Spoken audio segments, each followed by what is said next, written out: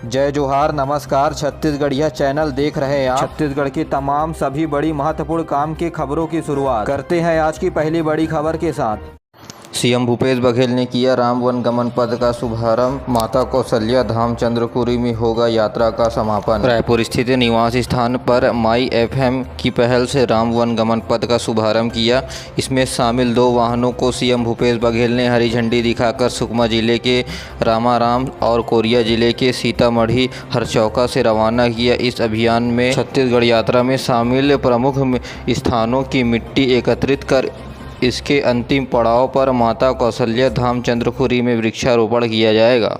Chhattisgarh PSC 2021 में चयनित नायब तहसीलदार की परिवीक्षा पर हुई नियुक्ति, देखिए पूरी सूची। जी हां, राज्य सेवा परीक्षा 2021 के जरिए नायब तहसीलदार के पदों पर चयनित 29 उम्मीदवारों को प्रथम 3 वर्ष के लिए परिवीक्षा पर विभिन्न जिलों में नियुक्त किया है।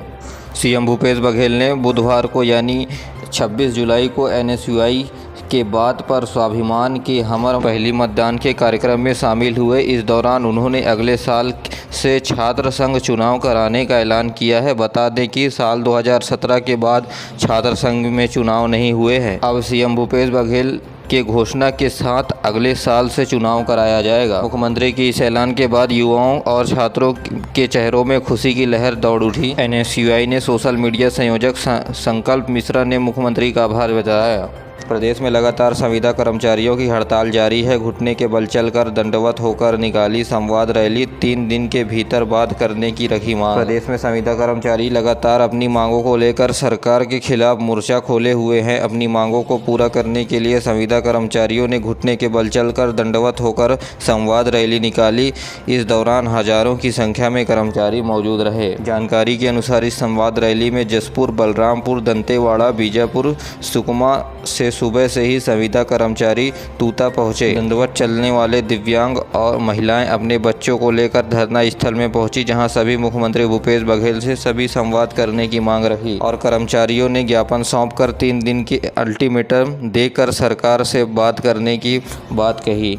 छत्तीसगढ़ में चुनाव की तैयारी। 2 अगस्त से होगा मतदान सूची का प्रारंभिक प्रकाशन। 31 अगस्त तक सूची में नाम जोड़े हटाने और संशोधन का काम किया जाएगा। 2 अगस्त से मतदाता सूची के प्रारंभिक प्रकाशन के साथ ही प्रदेश में विधानसभा निर्वाचन की तैयारियां शुरू हो जाएंगी। 31 अगस्त तक नाम जोड़ने, काटने और संशोधन के लिए दावा आपत्ति किए जाएंगे। तो वहीं 12-13 अगस्त से 19 और 20 अगस्त को मतदाता केंद्रों में विशेष शिविर का आयोजन किया जाएगा। 4 अक्टूबर को मतदाता सूची का अंतिम प्रकाशन होगा। वर्तमान में राज्य में 1,96,00,000 से अधिक मतदाता पंजीकृत है। बताने की वर्तमान में 4,25,998 मतदाता 18 से 19 वर्ष की आयु वर्ग के हैं। तो वहीं दिव्यांग मतदाताओं की संख्या 1,47,000 है। तो वहीं 767 तृतीय लिंग समुदाय के मतदाता हैं। राज्य में मतदाता सूची का लिंगानुपात 1002 है तथा मतदाता जनसंख्या अनुपात 64.65% है। और अब पेश है मौसम का हाल। प्रदेश में बारिश अलर्ट जारी किया गया है। छत्तीसगढ़ के कई जगहों पर अति भारी बारिश होने की चेतावनी जारी की गई है। बस्तर में सबसे ज़्यादा, आज भी कुछ स्थानों पर भारी बारिश का अलर्ट जारी किया गया है। छत्तीसगढ़ के अधिकांश हिस्सों में पिछले 24 घंटे के दौरान वर्षा दर्ज की गई है। बस्तर में सबसे अधिक बारिश हुई है, तो वहाँ 2 स्थानों के में करीब 130 मिलीमीटर तक पानी बरस गया। रायपुर, दुर्ग, बिलासपुर, सरगुजा में भी कहीं कहीं भारी बारिश हुई है। मौसम वैज्ञानिक ने गुरुवार को भी प्रदेश के कुछ जगहों पर अति भारी बारिश की चेतावनी जारी करते हुए अच्छी वर्षा के आसार जताए हैं। जिन इलाकों में दिन में आसमान साफ रहेगा, वहां शाम को अच्छी बारिश हो सकती है, जैसा बुधवार को रायपुर में हुआ। समुद्र से काफ़ी नमी आने के कारण राज्य में बारिश हो रही है। बुधवार को रायपुर के अलावा कुमारी, भिलाई, दुर्ग, कुरुद, आरंग, महासमुंद के आसपास शाम तक बानी बरसा। मंगलवार को शाम कई जगहों पर भी गरज चमक के साथ बौछारें शुरू हुई। छत्तीसगढ़ में लंबे समय से अनुसूचित जनजाति में शामिल करने की मांग के प्रयास को लेकर सौरा, गोंड, बिछिया, उरांव, भुजिया और अन्य समाज के प्रतिनिधियों ने देर रात मुख्यमंत्री भूपेश बघेल से सौजन्य मुलाकात कर इस विधेयक को राज्यसभा में मंजूरी मिलने के प्रति आभार प्रकट किया। मुख्यमंत्री ने कहा कि छत्तीसगढ़ राज्य अनुसूचित आयोग की भी महत्वपूर्ण भूमिका थी। इस संबंध में मुख्यमंत्री को भी पत्र लिखकर मात्रात्मक त्रुटि के कारण आदिवासी समुदाय को हो रही दिक्कतों से अवगत कराया गया था। उन्हें अनुसूचित जनजाति में शामिल करने का आग्रह किया था। कृषि और जल संसाधन के क्षेत्र के अंतर्गत उत्कृष्ट कार्य करने के लिए राजनांदगांव को देश में तीसरे स्थान मिला है। चैंपियन ऑफ चेंज के तौर पर जिले को मिली सराहना मुख्यमंत्री ने जिला प्रशासन और विभागीय अधिकारियों को दी बधाई हुए हैं। छत्तीसगढ़ में एक बार फिर 5 साल की बच्ची से रेप करने का मामला सामने आया है। पोटा केबिन से उठाकर ले गया युवक। गृह मंत्री ने आरोपियों को जल्द पकड़ने के दिए हैं निर्देश। जी हां, छत्तीसगढ़ के सुकमा जिले में एक कन्या पोटा केबिन यानी सरकारी आवासीय विद्यालय में 5 साल की मासूम से रेप करने का मामला सामने आया है। यह फिलहाल घटना एर्राबोरा थाना क्षेत्र का बताया जा रहा है। तो वहीं बच्ची की जानकारी देने के बाद परिजनों ने आरोपियों को पकड़ने के लिए थाने में FIR दर्ज कराया, जिसके बाद SP ने आरोपी को तुरंत पकड़ने के निर्देश दिए हैं। आपको बता दें कि इस आवासीय विद्यालय को संचालित करने वाली अधीक्षिका को अभी सस्पेंड कर दिया गया है। छत्तीसगढ़ में 26 जुलाई यानी आज से छत्तीसगढ़िया ओलंपिक की दूसरे चरण की शुरुआत हो रही है। ग्रामीण और शहरी क्षेत्रों में लोगों ने पहले चरण में बढ़ चढ़ कर के लिया हिस्सा। आपको बता दें कि हरेली तिहार के दिन से शुरू हुए छत्तीसगढ़िया ओलंपिक के दूसरे चरण जोन स्तर पर शुरुआत आज से शुरू हो रही है। इसमें 8 राजीव युवा मितान क्लब को मिलाकर एक जोन बनाया गया है। जोन स्तर पर इस प्रतियोगिता का समापन 31 जुलाई को होगा। कोयला घोटाला मामले में गिरफ्तार IAS अधिकारी रानू साहू को विशेष अदालत रायपुर ने 10 दिन के लिए रिमांड पर जेल भेज दिया है। उन्हें 4 अगस्त को अदालत में पेश करने की इजाज़त दी गई है। रानू साहू को ED ने विशेष अदालत में अजय सिंह राजपूत की अदालत में पेश किया। ED ने फिर से उनके रिमांड नहीं मांगी, इसलिए उन्हें 10 दिनों के लिए जेल भेजा गया है। गौरतलब है कि 22 जुलाई को प्रवर्तन निदेशालय ED के द्वारा गिरफ्तार किया गया था। छत्तीसगढ़ सरकार ने केंद्र सरकार से पंचायतों के लिए आवंटित राशि का 3,268 करोड़ 32 लाख रुपए का उपयोग विभिन्न कार्यों के लिए किया है। यह जानकारी केंद्रीय पंचायत राज्य मंत्री कपिल मुनीश्वर ने दी है। देश के सांसद सुनील सोनी के प्रश्नों का जवाब दिया गया। जहां पंचायत राज्य मंत्री ने लोकसभा में बताया कि छत्तीसगढ़ सरकार ने पंचायत के सभी मापदंडों का उपयोग करते हुए 15 जुलाई तक 3,268 करोड़ 31 लाख रुपए का उपयोग किया है। केंद्रीय राज्य मंत्री ने बताया कि छत्तीसगढ़ सरकार को 3 सालों के दौरान 4,170 करोड़ 93 लाख रुपए की राशि आवंटित की गई थी।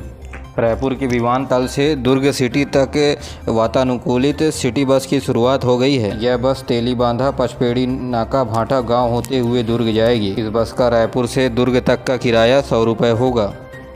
मीडिया के कई प्लेटफॉर्म इंस्टाग्राम, यूट्यूब, ट्विटर जैसे प्लेटफॉर्मों पर मतदान की जानकारी और उसके महत्व को बताने वाले रोचक रील्स तथा वीडियो डाले जाएंगे। 24 जुलाई को अमित शाह के दौरे के बाद भाजपा है तैयार चुनावी वार करने के लिए। भाजपा ने एक बार फिर पुराने नेताओं को दिया है मौका। मूर्त अमर अग्रवाल, सुभाष राव समेत 150 से ज़्यादा नेताओं को दिया है। 2023 के चुनाव की व्यवस्था इन्हीं की कंधों पर टिकी हुई है। भारतीय जनता पार्टी ने अपनी चुनावी वार टीम का ऐलान कर दिया है। ज़्यादातर नेताएं ऐसे जिम्मा दिया गया है जो पिछले चुनाव में बड़ी जिम्मेदारियों को संभाल चुके हैं। प्रमुख रूप से अनुभवी और वरिष्ठ नेताओं को लिया गया है। अलग अलग समितियों में 150 से अधिक नेताओं के नाम शामिल हैं। ये सभी नेताएं जमीनी स्तर पर जाकर लोगों के घर घर तक पहुंचकर उनकी जानकारियां एकत्रित करेंगे। इसके अलावा आने वाले विधानसभा चुनाव में चुनावी रणनीति को भी तैयार करेंगे। अब 7 जुलाई के बाद प्रधानमंत्री नरेंद्र मोदी 7 अगस्त को रायगढ़ में आ सकते हैं। सभा को संबोधित करने की तैयारी बीजेपी ने शुरू कर दी है। यहाँ देश के प्रधानमंत्री नरेंद्र मोदी एक बार फिर छत्तीसगढ़ आ रहे हैं। 7 अगस्त को नरेंद्र मोदी रायगढ़ आ सकते हैं। यहाँ वे जनसभा को संबोधित करेंगे। हालांकि प्रधानमंत्री कार्यालय से कार्यक्रम तय नहीं हुआ है, मगर भारतीय जनता पार्टी के सूत्रों के मुताबिक संगठन की तैयारियां शुरू हो गई है। वहीं बिलासपुर रेलवे जोन के द्वारा RPF यानी रेलवे प्रोटेक्शन फोर्स के इंस्पेक्टरों के लिए एक नया फरमान जारी किया गया है। इस फरमान के मुताबिक 3 शिफ्ट में कम से कम 2 बार स्टेशनों की पूरी तरह से जांच की जाएगी। छत्तीसगढ़ में नीट की परीक्षा होने के बाद अब स्टेट में मेडिकल कॉलेजों में खाली सीटों के भर्ती हेतु काउंसलिंग आज से शुरू हो गई है। पहली काउंसलिंग में सरकारी मेडिकल कॉलेज में प्रवेश लेना होगा अनिवार्य, नहीं तो हो जाएंगे अपात्र। प्रदेश में मेडिकल व डेंटल कॉलेजों के स्टेट कोटे के सीट पर एडमिशन के लिए पहले चरण पर काउंसलिंग मंगलवार यानी आज से शुरू हो जाएगी। जिन छात्रों को पहले चरण में सरकारी मेडिकल कॉलेजों की सीट का आवंटन होगा उन्हें हर हाल में एडमिशन लेना होगा। ऐसा नहीं करने पर वे पूरी काउंसलिंग प्रक्रिया से अपात्र हो जाएंगे और बाहर हो जाएंगे। ऐसे छात्र किसी भी राउंड में काउंसलिंग में शामिल नहीं हो पाएंगे। पहले चरण में आवंटन सूची 6 अगस्त को जारी की जाएगी। एडमिशन 7 से 17 अगस्त तक लेना होगा। इस साल 30 सितंबर तक एडमिशन की आखिरी तारीख तय की गई है। आरक्षित कैटेगरी के छात्रों को 500 रुपये, अनारक्षित को 1000 रुपये फीस जमा करने होंगे।